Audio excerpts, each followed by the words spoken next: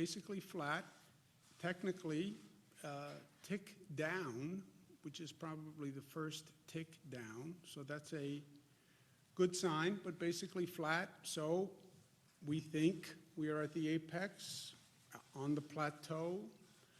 The number of hospitalizations went up, flattened, continuing to flatten, good sign. Technically, the number's down a tad, statistically irrelevant, but better than being up.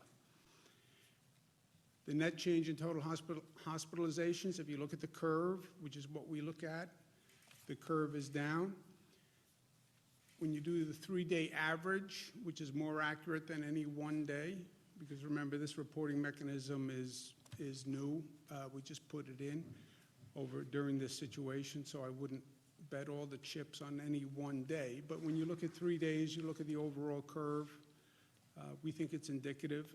So the 3-day average is down. The net change in ICU admissions is down. Again, the ICU admissions I take with a grain of salt, since hospitals are no longer what they were, and they're basically all ICU wards. Intubations is a real number. That's the number of people who are being put on a ventilator. About 80% of those people will never come off a ventilator.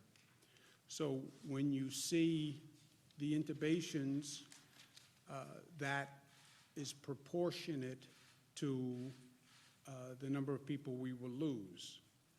And that's what we've been watching all along. People go into the hospital, most get treated and are discharged. Some are not discharged. If they're intubated, about 80% of the people who are intubated will not come off the ventilator. The number of new people going into the hospital per day is also down, but we still have 1,600 new COVID cases yesterday.